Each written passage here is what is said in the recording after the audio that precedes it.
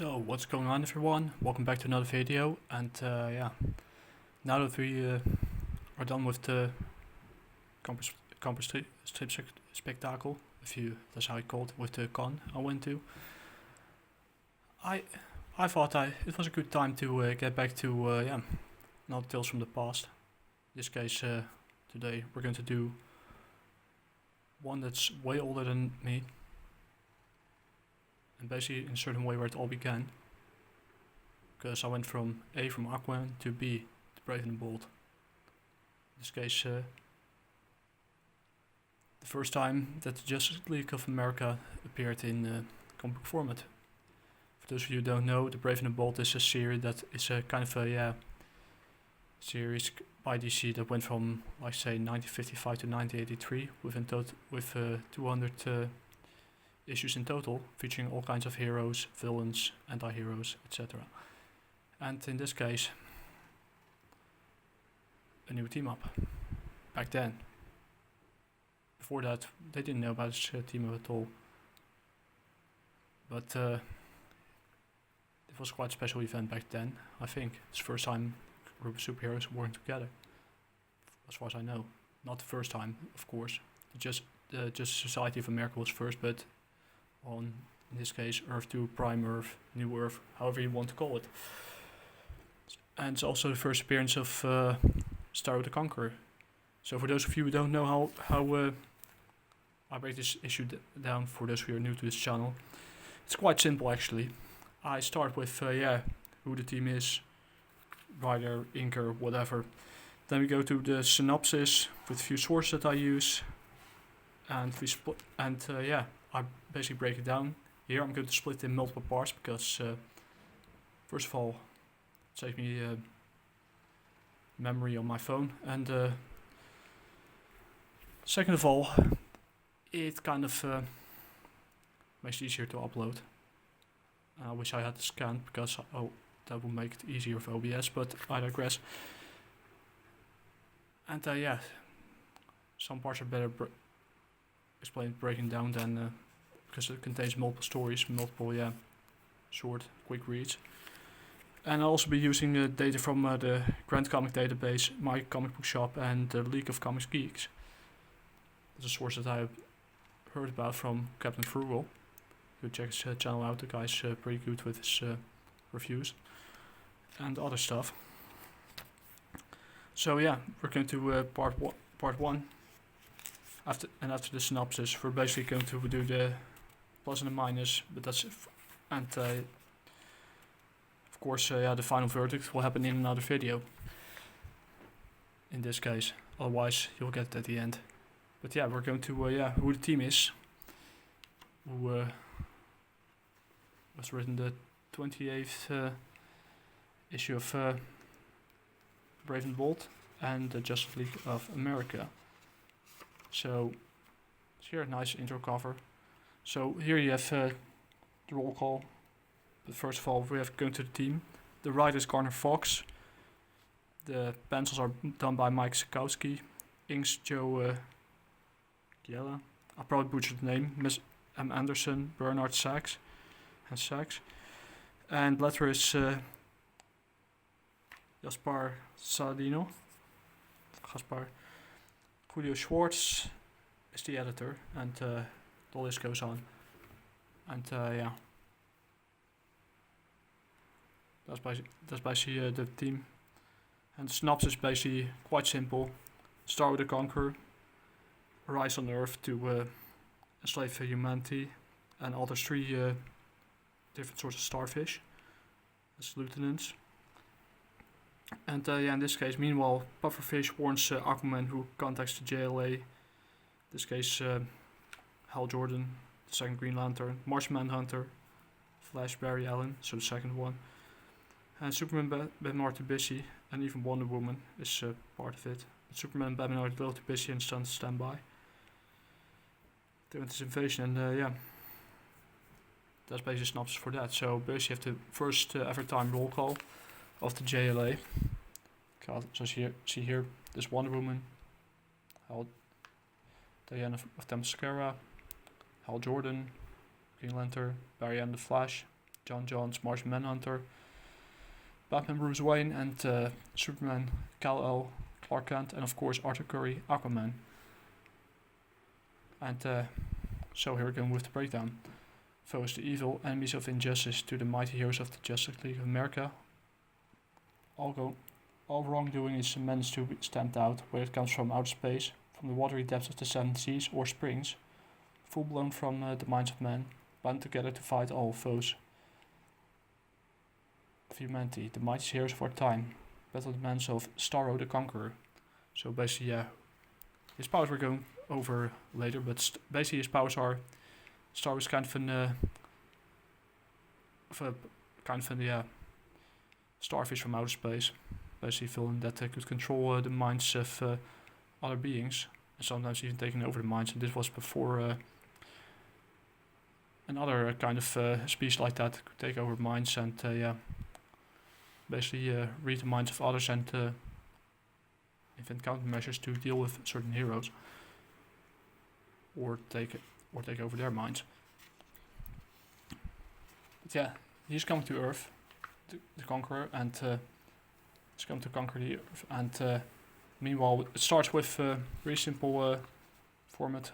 Aquaman is basically swinging while Pufferfish, one of his friends, is calling him, and he tells him about the time ago, floating upside down. He saw a gigantic starfish, in this case Starro the Conqueror, fly down from off the night sky to plunge deep into these waters. And here he's traveled billions of miles of interstellar space, seeking a planet like this one, teeming with intelligent life. And here's a nice little detail about the pufferfish. By swallowing air into a special sac beneath its throat, the pufferfish becomes inflated like a football, whereupon it rises to the surface and floats upside down. In this case, when the puffer did that, he saw Starro. He followed him to the deep sea depths, and he communicates in his own language. I'm Starro. I selected you 3 starfish who must be distant relatives of mine to help me conquer this planet. And he also has the power to transform other beings into his own personal lieutenants, in this case 3 different starfish. 3 times starfish changed and became replicas of himself. My powers are now your powers. You shall go where I send you, do exactly as I command. And Aquaman warns the Justice League in this case. It's an emergency meeting to combat Starro and his lieutenants. In the meantime, Wonder Woman also feels the vibrations caused by solar power and from Aquaman's belt. And Steve Trevor desperately wants to marry Wonder Woman. I don't blame him. He wants to be choked by his own ties. And my mind's playing games again. So we're skipping that for another video. I told you before, Steve Trevor, I can't marry you until my services are no longer needed to battle crime and injustice. Great Hera, secret signal from the Justice League. So at that moment, see some sort of invisible robot plane. And he understands, hurry back. And meanwhile, Superman is basically smashing giant meteors from Earth that could do tremendous damage. just about how you call it, over 60 years later, we're kind of basically developing technology to deal with these kind of asteroids. But that's a different story, I digress. The man still rockets after it. I don't know if that's a single meteor go through. I'll signal back. I'm temporarily delayed. Ask to be excused unless my presence is absolutely imperative.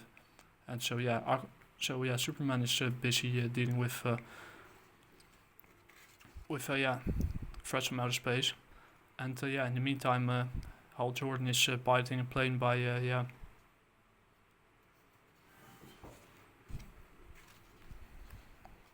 I can't forget his name, what his girlfriend was. But he's flying his plane, and so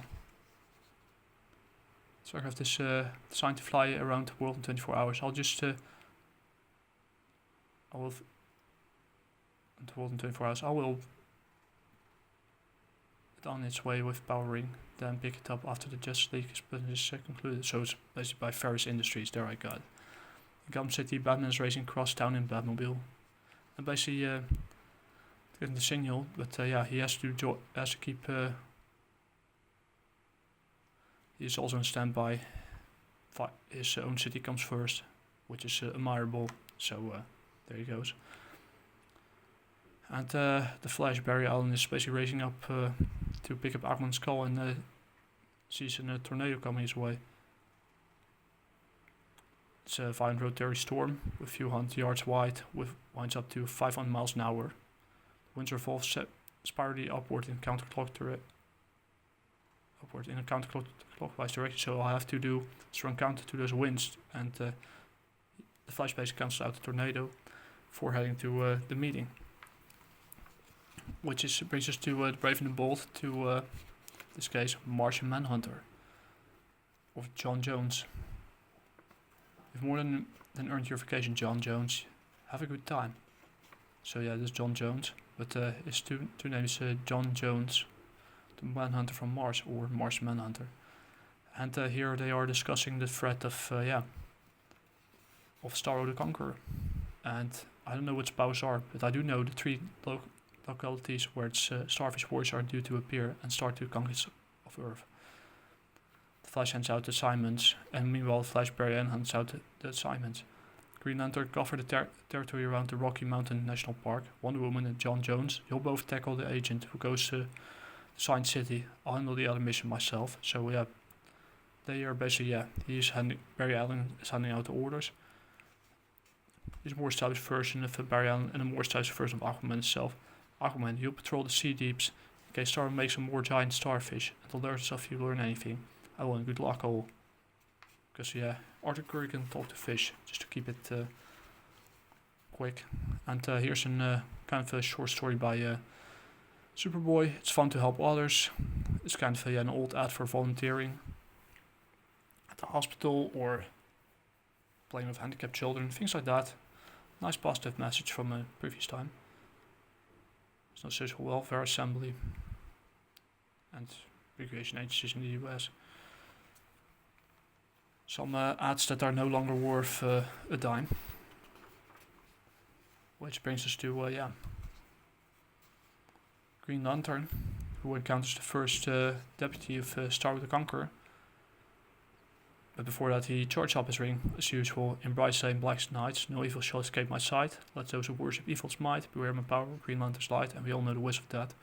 So he finds Starro's deputy, the first one, in the Rocky Mountain National Park, and to his rich surprise, the pilot and co-pilot of a mighty Air Force jet bomber cries out as, "What's the thing up ahead? Looks like a flying saucer from here.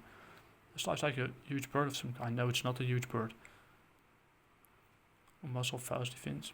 Starfish, giant flying. Hold your fire. Maybe I'll do fly past this radio headquarters at once. But yeah, he has another time.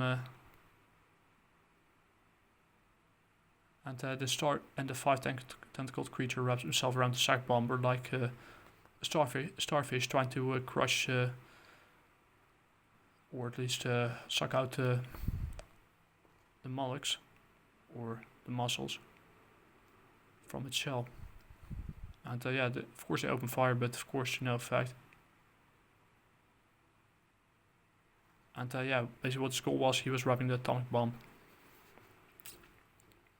And wraps himself around the housing to absorb the radiation to gain more, even more power.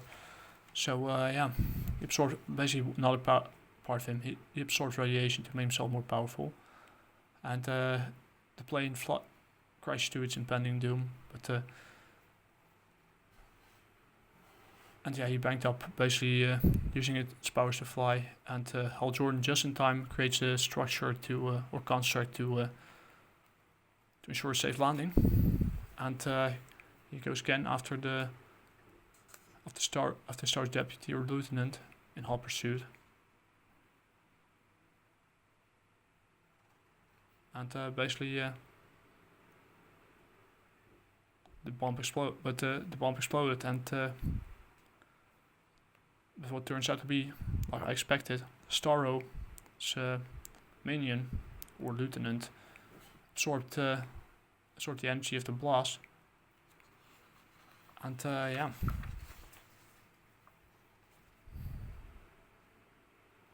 And the Green Lantern propelled himself towards the air at terrific speed.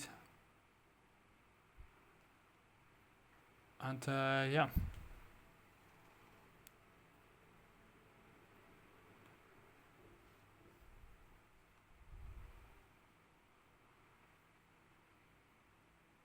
And in the meantime, if you know it's probably missed something or not. No. He didn't. So yeah, that's the first one. And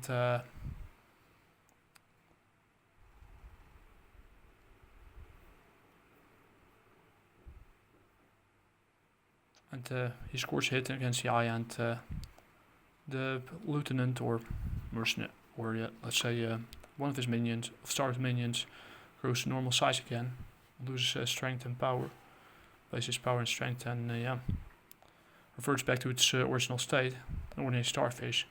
How my fellow members are making out against these other Starros. Which brings to Starro and John Jones, the manhunt from Mars.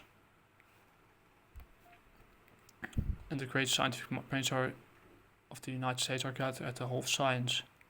And Starro's deputy is out there to destroy them. And both the sky above Science City, another Star warrior wraps himself around the Great Hall of Science as Wonder Woman and John Jones put on an extra burst of speed to stop it. And what basically Starro is doing is robbing the brainpower of the scientists in the building. And rises high into the oceans. And he basically put them in a state of suspend animation till they remain alive, till their mind knowledge is taken from them or sucked out of them. For destructive weapons of the Earthlings, I'll conduct my experiment high in the atmosphere. So it's basically conducting scientific experiments high above in the atmosphere of Earth. Moving in the stratosphere, probably. And yeah, Wonder Woman and John Jones basically go after the other Starro, and she basically uses the golden lasso to catch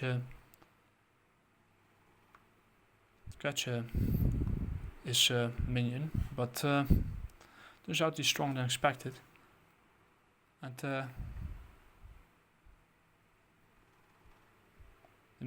yes, turns out that Mars Manhunter has distant vision and spotted a swarm of meteors, and he basically blows them towards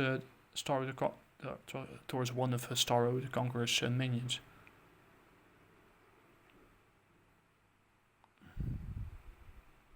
But yeah, basically he did it so that they didn't flare up because he has weakness against fire.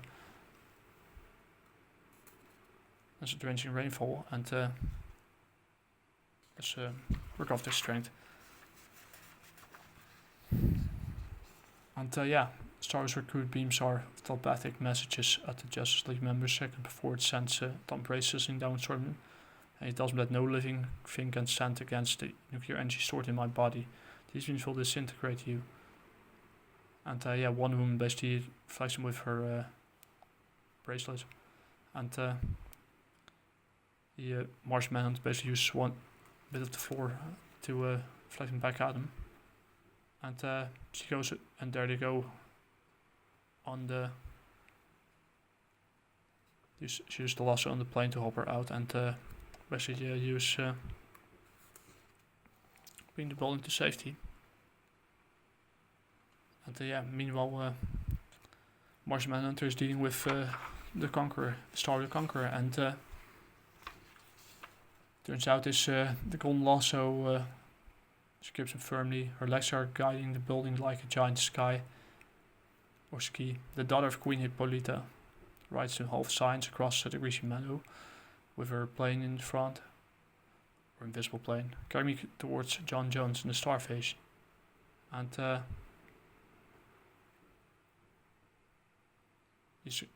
thing is growing weaker, it starts falling, and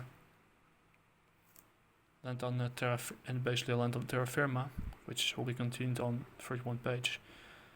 It's reporting that the defeat, and yeah, basically at that moment they get a call from Green Lantern that he defeated Starro's warrior, reducing it to the size of an ordinary starfish. And they've overcame the second of the Earth starfish, to whom Starro gave its powers. So now if only Flash has succeeded in his assignment, that will be something revealed later. For that, there's a nice little informative info about Starfish and the family. They belong to the division of the animal kingdom called Echinodermata. Yep. Marine creatures characterized by radiating arrangement of parts. So they're distinguished from other echinoderms by the presence of radiating arms or rays, usually 5 in number or multiple of 5, which contain part of the organs and usually not sharply separated from the central disc. And riddle stars, they closely resemble starfish, differing in sharp demarcation of the central disc and the long, thin, flexible arms. And sea cucumbers is another family of them. And sea organs. There are some species that you shouldn't step on. Let's just say that, because their needles contain some really nasty toxins. Little thing, and that's about it for now. The second part is Starro vs. Flash. I must say this one contained, let's just say, here are the notes, because I like to try to keep it a little old-fashioned. Yes, some nice informative background knowledge, and so far a good balance between writing and art, so we'll see what happens next. Anyway, talk to you guys later, peace.